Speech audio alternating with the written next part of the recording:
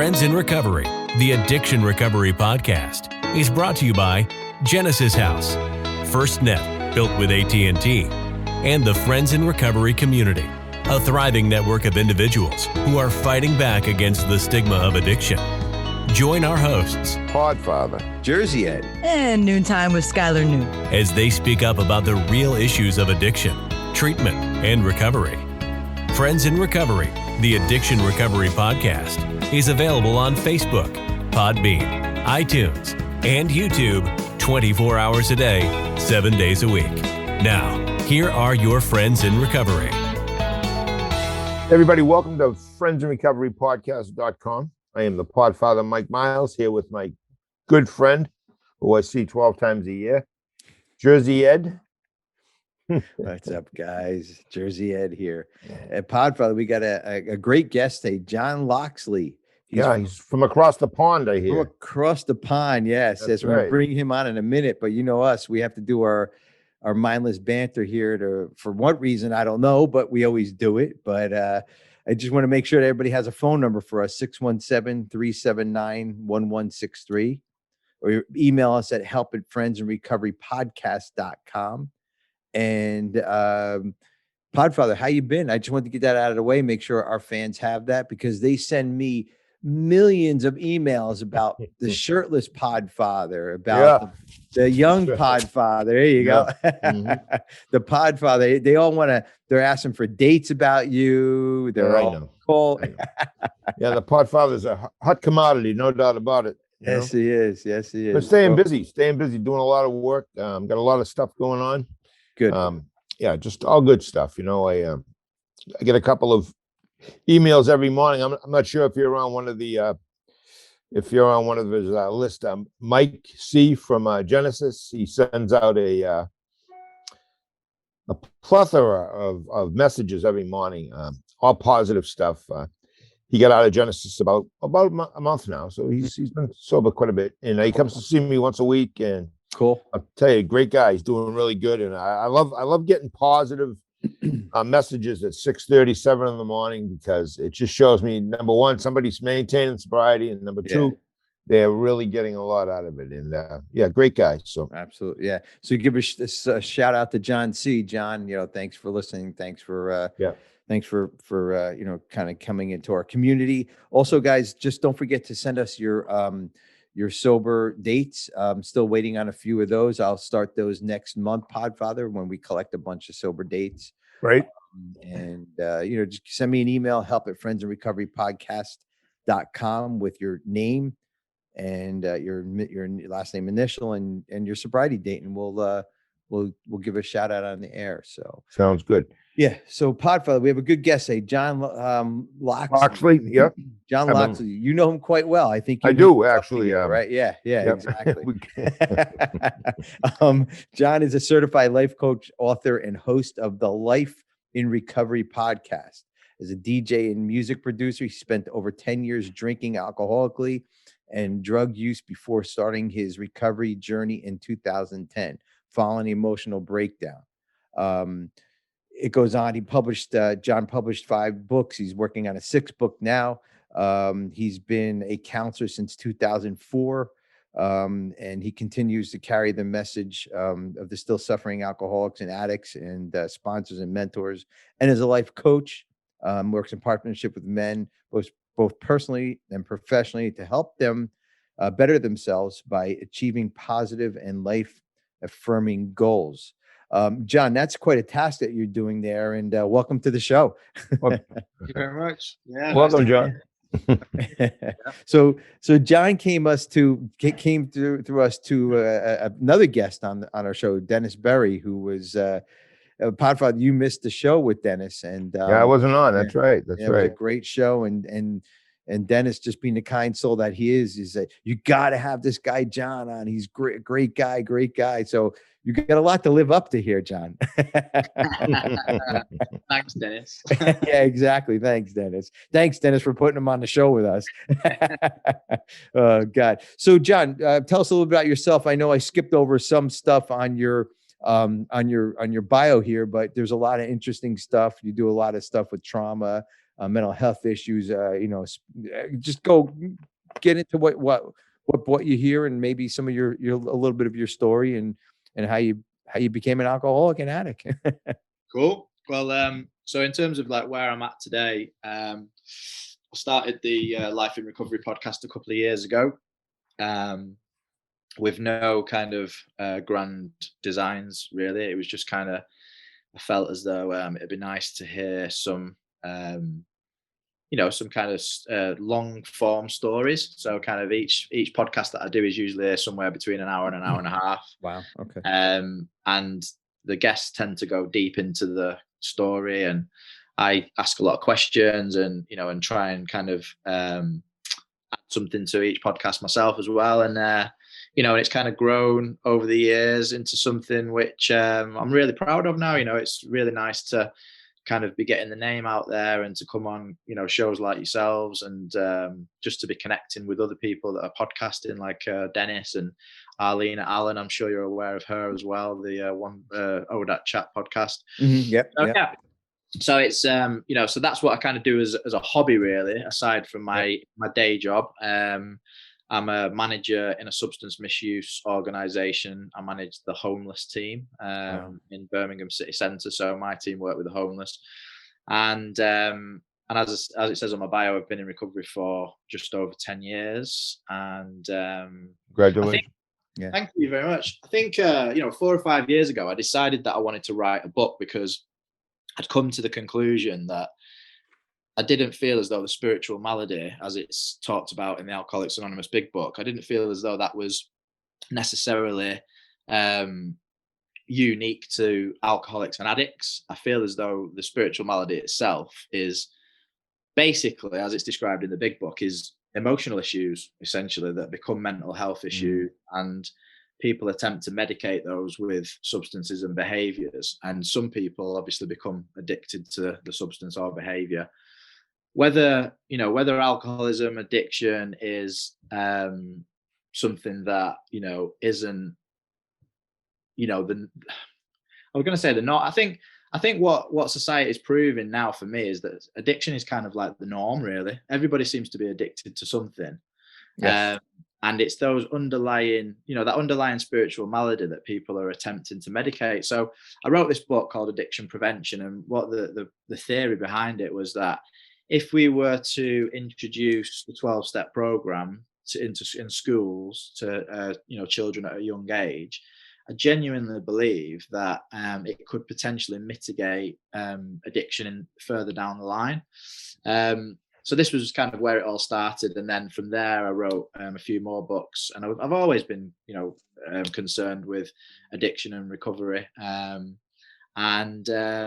The last book that I wrote, which is called All Is One: The Science and Spirituality of Consciousness, is getting published, and that'll be published in May next year. So that was an achievement that I was really proud of. Yeah. Well, you should be. And I like what you're saying. I can only imagine, though, in this day and age, and I'm sure over in Great Britain, well, I'm not sure, but it seems to me, I kind of read, I read a lot of newspapers, but it seems to me that society now, more so than ever, would really, if they saw the word God or even higher power, I think they would balk at that. But I agree with you. I've always said the steps for me have turned out to be a way of life. Obviously, I've been sober for a bit, but I read a book every day. It's called Jesus Calling, and it's basically right from passages from Psalms and passages from the Bible, but it's put into words. Like, in other words, you're talking with Jesus. He's talking to us, I should say, but it's really lifted me up even to a better level as far as like the 12 steps. I love the steps. I have a step meeting every Tuesday night for the last 3 years.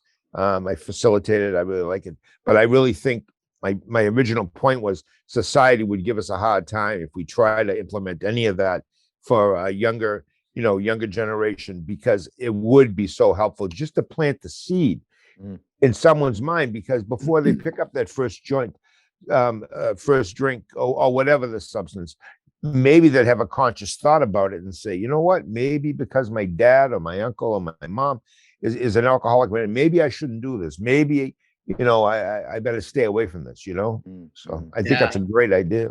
Yeah. Yeah. Well, I mean, the reason exactly what you've just said was where the idea came from, because my dad is in recovery and he's just celebrated his 30th year. So he got sober when I was 10, 11.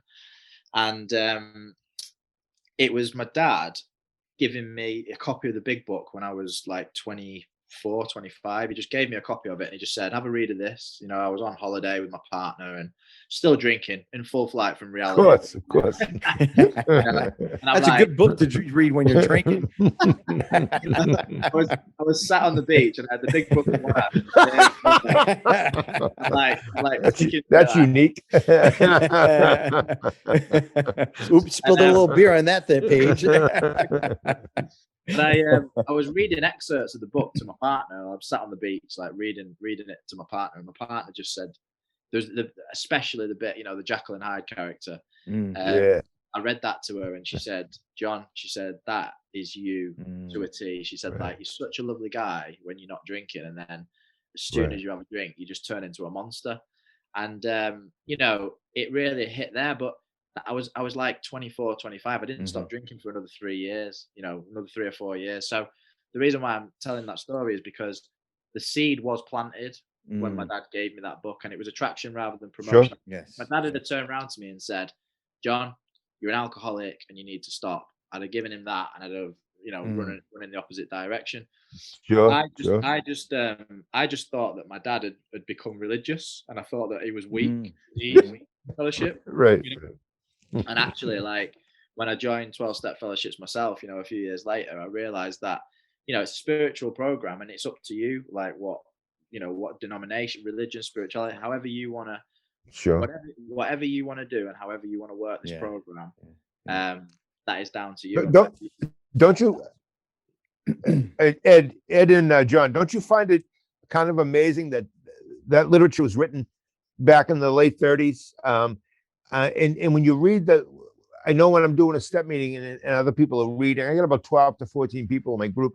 I go, wow, the insight they had even back then, even just to make it, you don't want to believe in God, we'll talk higher power. Because back in the 30s and 40s, I don't know if it was such a problem to mention the word God, but obviously they really took so much into consideration that just stands true today, that it's just for everybody. And it's an amazing, it really is. The 12 steps and 12 traditions and the big book itself is just an amazing read. It really is. It really is. It is. It's an absolutely amazing. I think that from my understanding of it, from what, from reading through all the kind of old literature and also speaking to sponsors and, like the old elder statesmen, so to speak, my understanding of that was like, it was very much to do with Bill, because Bill didn't like the word God, and he much preferred like the idea of a spirit of the universe. And, I must admit that when I first came to recovery, I was similar to many people. Like the word God, it really did. Like I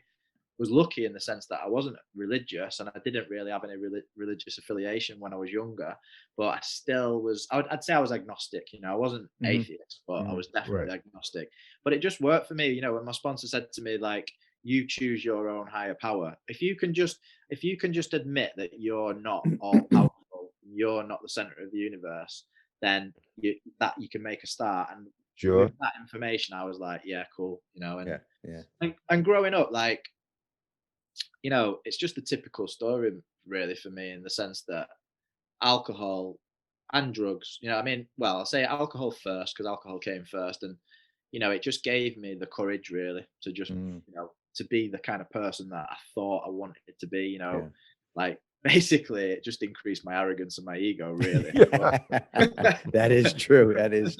That's pretty much all that happened. And when I took ecstasy for the first time, that was kind of like the first spiritual experience that I'd ever had, because all my inhibitions were just disappeared, my ego evaporated. I loved everybody, that I came into contact with that night. And I just kind of said, I'm going to do this. every single opportunity I get. And you know what? Everybody should do it. That's what I thought. Right, Everybody should. right. And I did, and I did it for many, for a great, well, I say a great many years. It wasn't that many years for me. It was kind of like a 9-10 year period of drinking, drug taking. And then I hit my rock bottom age 28. I'm now 40, so I hit my rock bottom, and this is just my experience. I've told this story obviously many times in the past, but not on this podcast or forum. So the story is that basically my last drink was I was leaving the country to go to live in Australia because I thought that all my problems were in the UK. So get away from that. Geographical cure. Yeah. I go all the way to the other side of the world, then I should be able to leave it behind. Leave that shit behind. So and my dad said to me just before I left, he said, "Just remember, John," he said, "you take your problems with you everywhere you go." And I was like, I didn't understand what he meant by that. Anyway, I bought a couple of bottles of wine. We're having a dinner party. I bought I think I bought 4 bottles of wine for 4 of us, like everybody needs. That's normal. Yeah.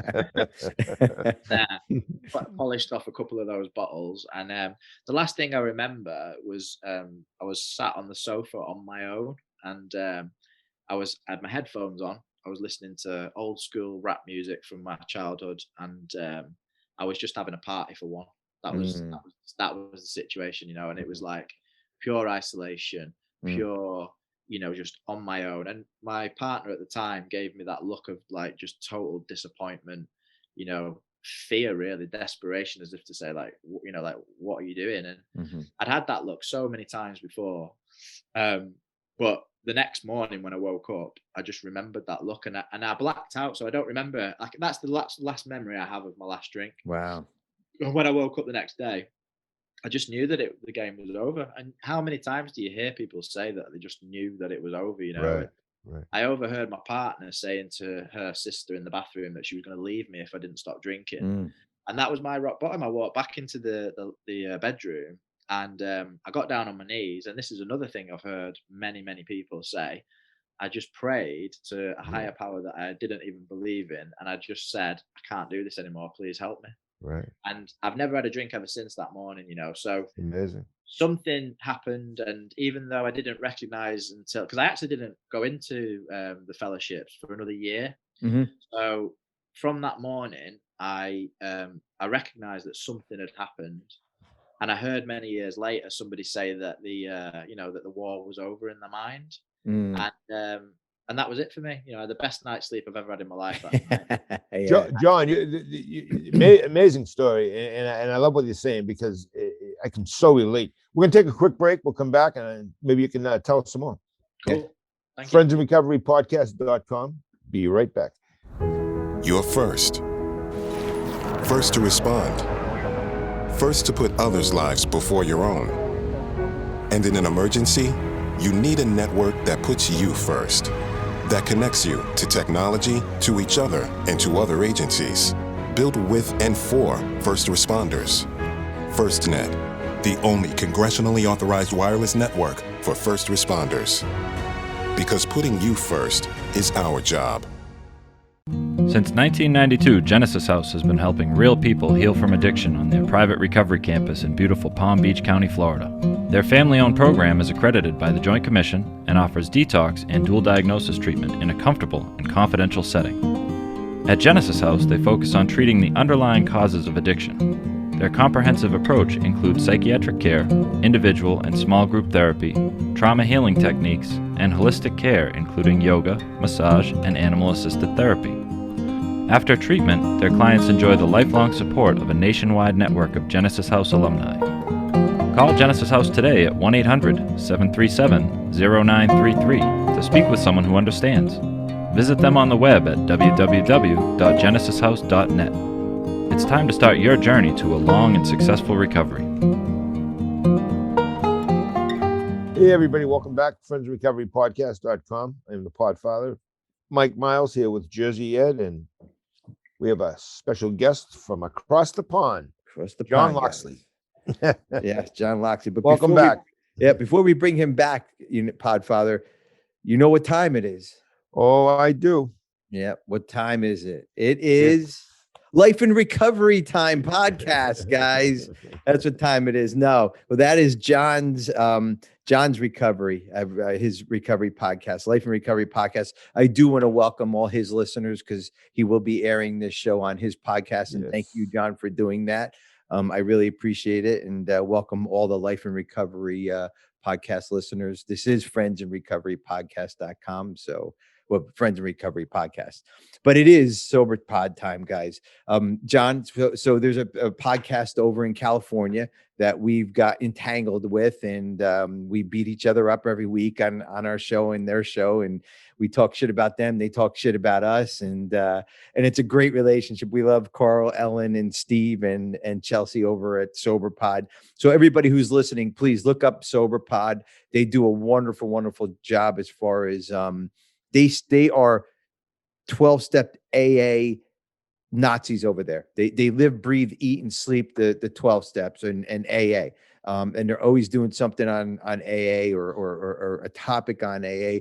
Listen to this shit, John. 2 years ago, 2019, right before the pandemic, they did a whole year on steps every month. Step 1, they broke it down every week. Step 2 broke it down every week. So, I mean, every month they broke it down. So, it just pretty cool. So it's called Sober Pod. Go check them out. Tell them that Friends in Recovery told you to listen to them. And that's it. That's enough on Sober Pod, right, guys? That's correct. But I do want to welcome Life in Recovery podcast listeners, that we appreciate. And so, John, we were talking before your last drink before the break, and that was your last memory, was a blackout. And that's not a bad memory to have of your last drink, I have to imagine. But obviously, I was 28 too when I got sober. What a great year. 28, you're either getting sober or you're fucking dying. I mean, let's be serious. Seriously. Right. I mean, that's about it. You know, all the good ones like John Belushi, Janis Joplin, Chris Farley, they were all about 28 years old. Jimi Hendrix. I mean, all those poor guys died. And I guess we got blessed at 28 to be sober and not choose the path of death, because maybe somewhere in this crazy plan, God had a plan for us to do podcasts and blab about the recovery. I don't know why I have no idea why I was saved at 28. I really don't. But I could tell you this, John, I would not, number one, ever go back to it, number one. And I would never even want to think about it. I work very hard on my recovery. I work very hard with my sponsor, my steps. I listen to all kinds of podcasts. I eat, breathe, sleep, and shit recovery. I really do. And that's how I get by. Now, obviously, I have a lot of balance in my life. I do a lot of different things, but just like you, I work in the field also. I commend you working on with the homeless. That's amazing, amazing thing. I got a dear friend of mine in Jersey that works at Eva's Village, that he works with the homeless too. That is a tough population, a lot of mental health, a lot of trauma going on there.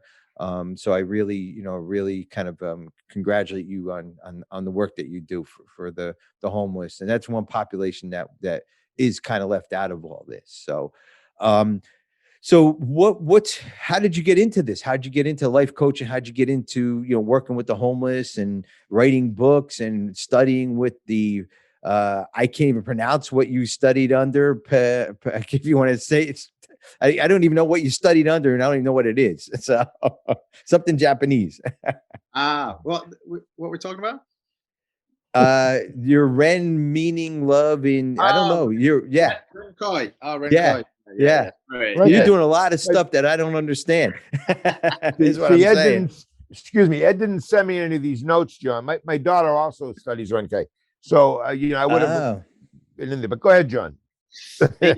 Well, the pseudonym Renkoi that I use for my books just came about because Ren means love in Japanese, and Koi is the symbol of courage. So I've kind of got tattoos, and I've got a couple of tattoos with those words on. So I used that as my pseudonym because when I first started writing books, I wanted to remain anonymous, obviously at the level of press, radio, and films.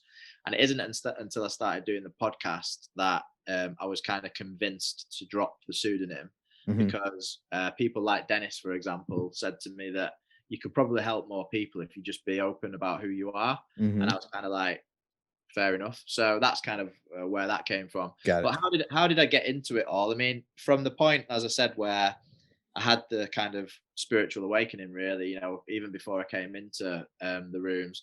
I then spent a year in Australia where my mental health and my emotional health went from being the best it's ever been whilst I was on the pink cloud to absolute rock bottom. So I hit that emotional rock bottom about 9 months into the year out in Australia, and I was desperate. You know, I could only see two ways out, really. One was have a drink, and the other one was kill myself. And I chose the third option, which presented itself, which was go to a meeting. So I ended up going to my first 12-step meeting in London, where I was living by that time, and it was the best decision that I've ever made in my life.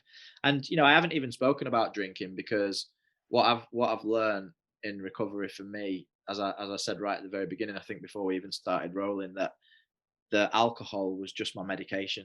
You know, the alcohol was what I was using to medicate that underlying emotional and mental health issues. And since, like, the journey has been one of, like you just said, Ed, like, I eat, breathe and shit recovery, and I have done for many years. And that led me to initially start writing the books. Then I changed career first. So I went from being in sales to working in prisons as a drug and alcohol counsellor. And I worked there in London prisons for about 3 or 4 years. I then transferred to the Midlands and started working as a manager in the community, which is what I do now. And then a couple of years ago, I started the podcast, and then the life coaching. I've literally just become certified as a life coach. So when the pandemic hit, I thought, well, I've got a lot of time on my hands here. So I'm gonna basically do kind of like night school, and I did night school and learned to be a life coach. And I've just started taking on a few clients now. And the key, and I think something that I really did want to mention whilst when I had time was something that's massive for me that's just happened over the last couple of months. So my partner, who won't mind me saying this, she had a breakdown basically a couple of months ago. It was like a physical health issue that became a mental health issue, and then it turned into despair basically. And to cut a long story short, like I said to her, look, you know, I've got recovery, I've got the 12-step program, I've got a support network. You need something similar. Like, you're going to have some support. And you know what? Within 24 hours, she'd found a fellowship that I'd never even heard of called Emotions Anonymous. Never heard of it. Yeah, wow. Never heard of it. And it's a 12-step fellowship that's been around since the 70s. It was primarily in America, and now it's been over in the UK for quite a few years. And I've started going to the meetings myself, because the transformation in her was so dramatic over like a 7 or 8 week period that I was like, shit, man, like I need to like up my game. I gotta catch up to you. Yeah, she's like some spiritual guru. and I was like, to be honest with you, Ed, and I just kind of, I was thinking to myself, like, yes, I'm sober, yes, I do service, yes, I do a podcast, I do all these things, but I'm still a bit angry, I'm still a bit, like all those kind of defects of character, they're not like boxed off, Yeah. And I've been thinking for quite some time that I kind of need to go a bit deeper with the steps. So anyway, I joined the fellowship myself. And you know what? My level of awareness has increased massively over the last month since I've started going to these meetings. And just today, I got a sponsor in EA, and just today I completed steps 1, 2, and 3. And that sounds crazy that I did it. I literally did steps 1, 2, and 3 in the space of a couple of hours.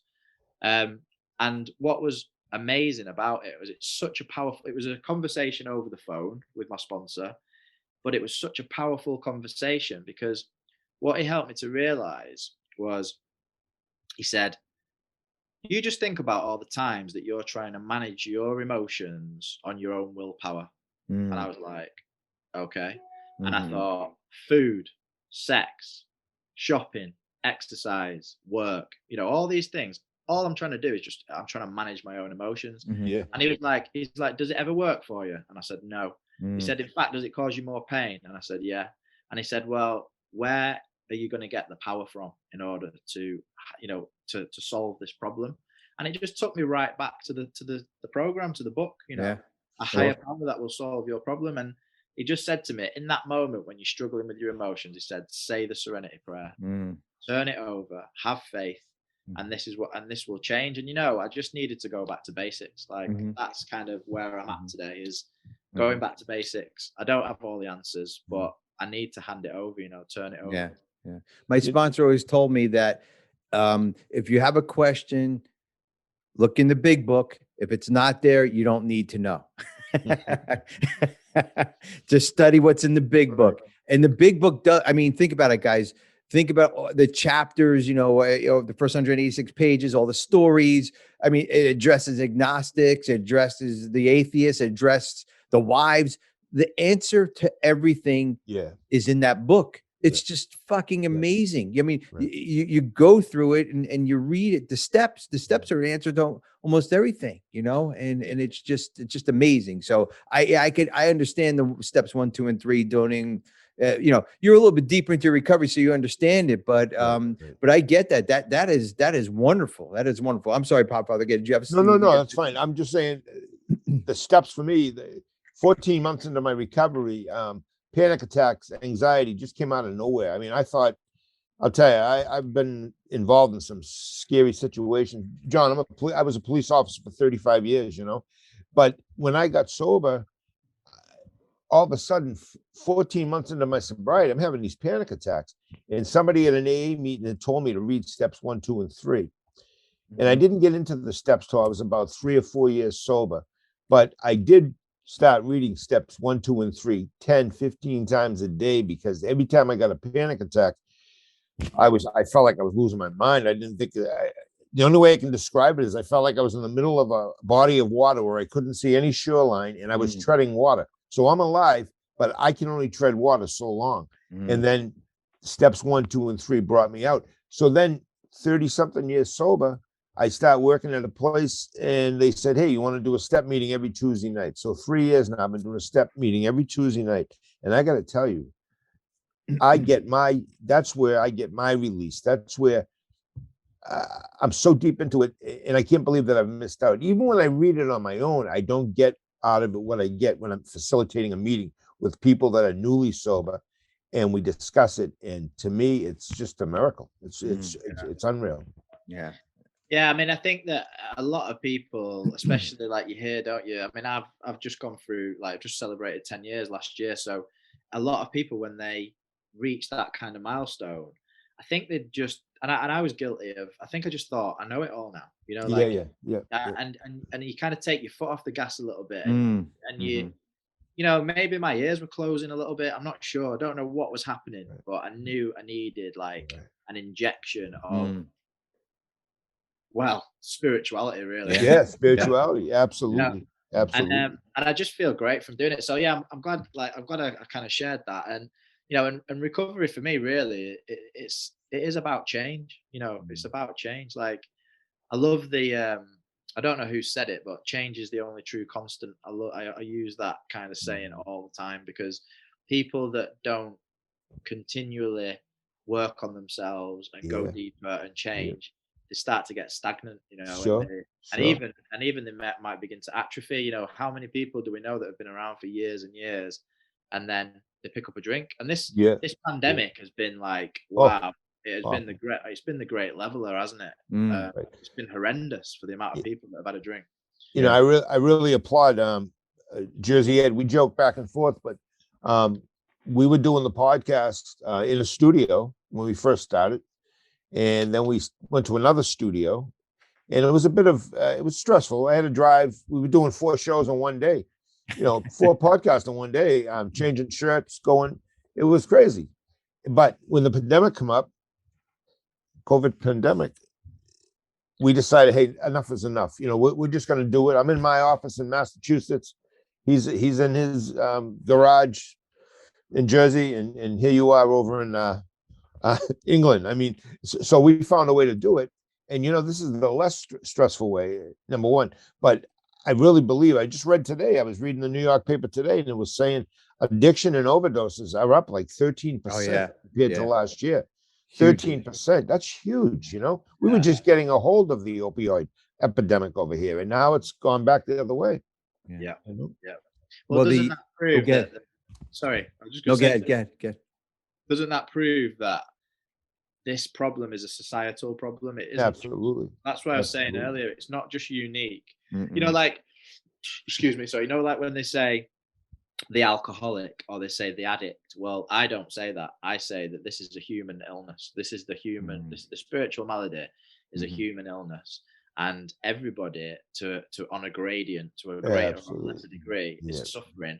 Whether they pick up a drink and become addicted to alcohol, or whether they pick up heroin, or whether they become addicted to exercise or whatever, that's just a bit of a lottery. You know, that might be based on your genetics. It might be based on your environmental situation. Who knows? Yeah. The point is that the underlying problem is the spiritual problem. Yeah, so therefore, there has to be a spiritual solution in my mind. Yeah. And I agree with that, because we spiritually get sick first. I mean, think about it. Even our growing up, Dennis had me doing a little exercise. He was helping me through something, and he wanted me to think back to my childhood. And I grew up in a shitty home. I mean, I have loving parents, but they grew up, you know, they knew what to do. But my spirit was being broken way back when I was a kid. You know, there was no spiritual. I'm Catholic. I went to church. I did all that good stuff. But you know, the spirit was broken back then. And of course, if you have nothing spiritually inside of you, what are you going to do? You're going to turn to stuff that's gonna probably make me think that, okay, life is better with a line of cocaine. I grew up in the 80s, so it was cocaine, alcohol, and you know, that was the big crack. I think I never got into that, but spiritually, I was looking to fill that hole, and drugs and alcohol did a good job filling it, but it fucked my life up big time. You know, with everything else. So then everything else just becomes, you know, just falls in line as needed. And then this program comes around and says, okay, well, you can get better. You don't have to take any drugs. All you have to do is just show up to meetings and work with a sponsor. I'm like, yeah, that's not going to work for me. I need something now. I need, you know, you got to give me a pill that's going to fix this shit, because I got a life to live. I got 4 kids. I can't be waiting around for, you know, for this to get better. But you know what? 27 years later, life is, like Joe Walsh said, life's been good to me so far, and I cannot complain, man. I'm not dead. That's the main thing. And I'm sober. Did I have my ups and downs? Absolutely. I lost businesses in recovery. I had a couple wives in this recovery, couple jobs, whatever it was, but here I am, man. I'm here. I'm doing a podcast. We have a wonderful guest, and life is good. I got a beautiful wife out there, great kids and great grandkids, and can't ask for anything more. The program bought that for me, guys. And anybody listening, if you think out there and you think this is all bullshit, everything that we're all talking about, just try it. Give it a shot for 30 days. See what happens. Go to a meeting for 30 days. That's right. And give it a shot. Because you know what? This stuff came quickly to me. I understood the spiritual freedom almost immediately. I didn't grasp it, but I felt it. I got a glimpse of it. I got a taste of it. I'm like, this might be good for me. This might be good for me. So I had some like incredible spiritual experiences as well in early recovery. Like, you know, just through following the suggestions, like my mind was blown. You know, like it was things that I could not like explain. And you know, people don't often talk about that stuff a lot in the rooms, but you know, that is real. You know, like there's real spiritual power out there that you can tap into through this program. And I think another thing I wanted to mention, because you just mentioned it about your kids, love.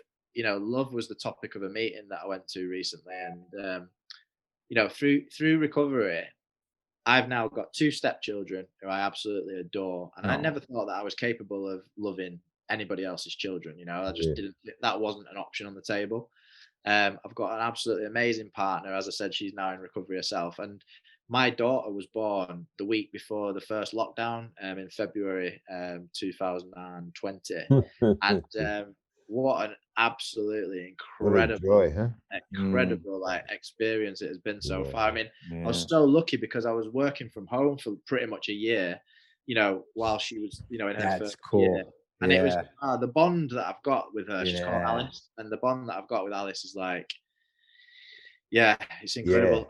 And I'm Yeah. just so like, and you know what, probably one of the most beautiful aspects of it is that my dad, who is now, as I said, 30 years sober, who by his own admittance, he kind of abandoned me a little bit, even within, he never left, but he was Right. not there emotionally.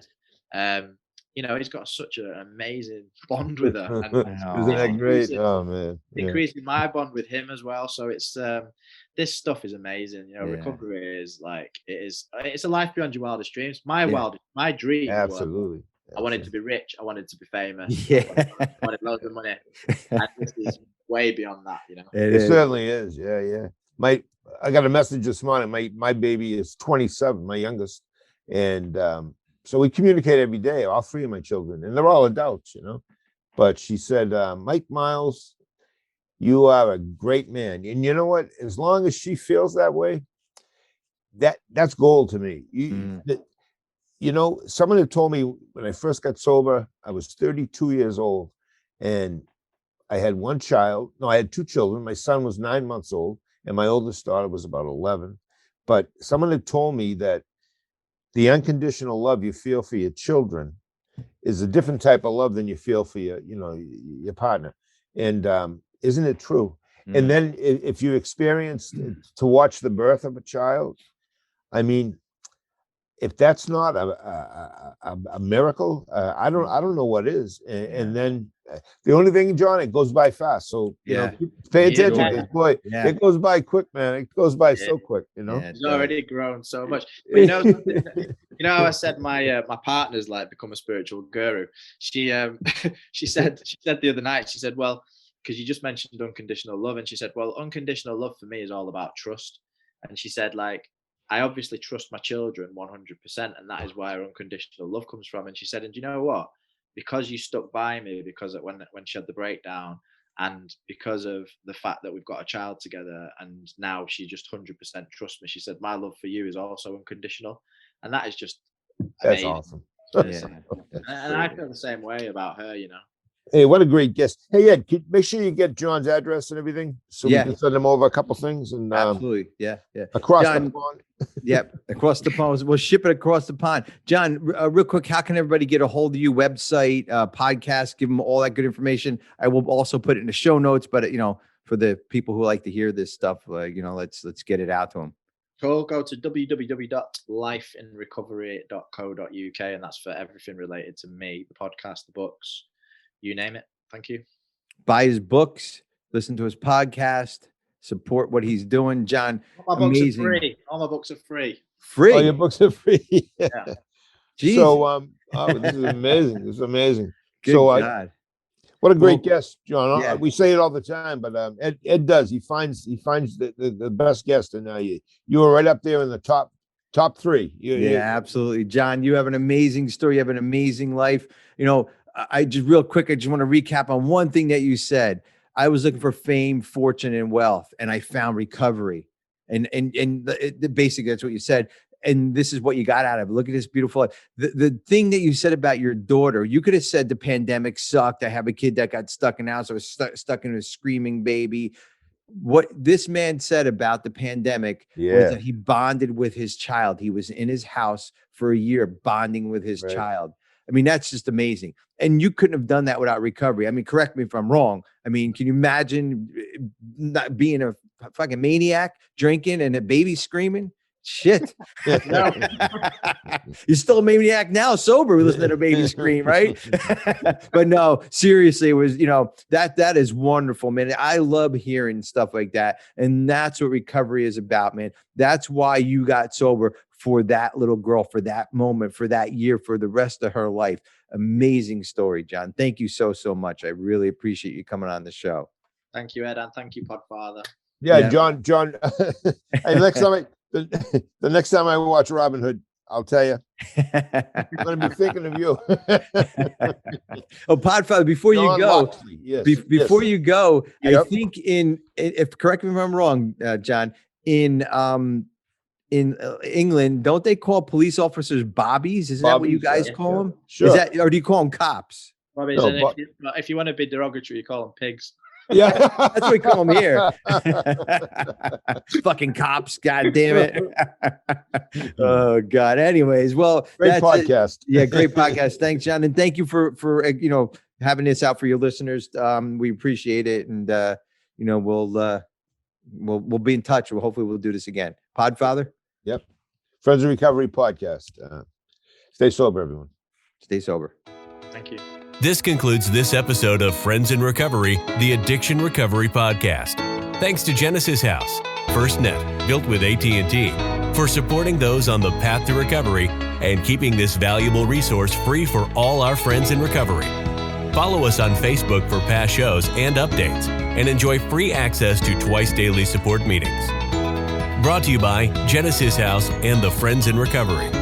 If you can't get enough of Mike, the Podfather, Jersey Ed, and Skylar, you can catch them on Answering the Call, the First Responders Podcast, available on Facebook, Podbean, iTunes, YouTube, iHeartRadio, and GenesisHouse.net.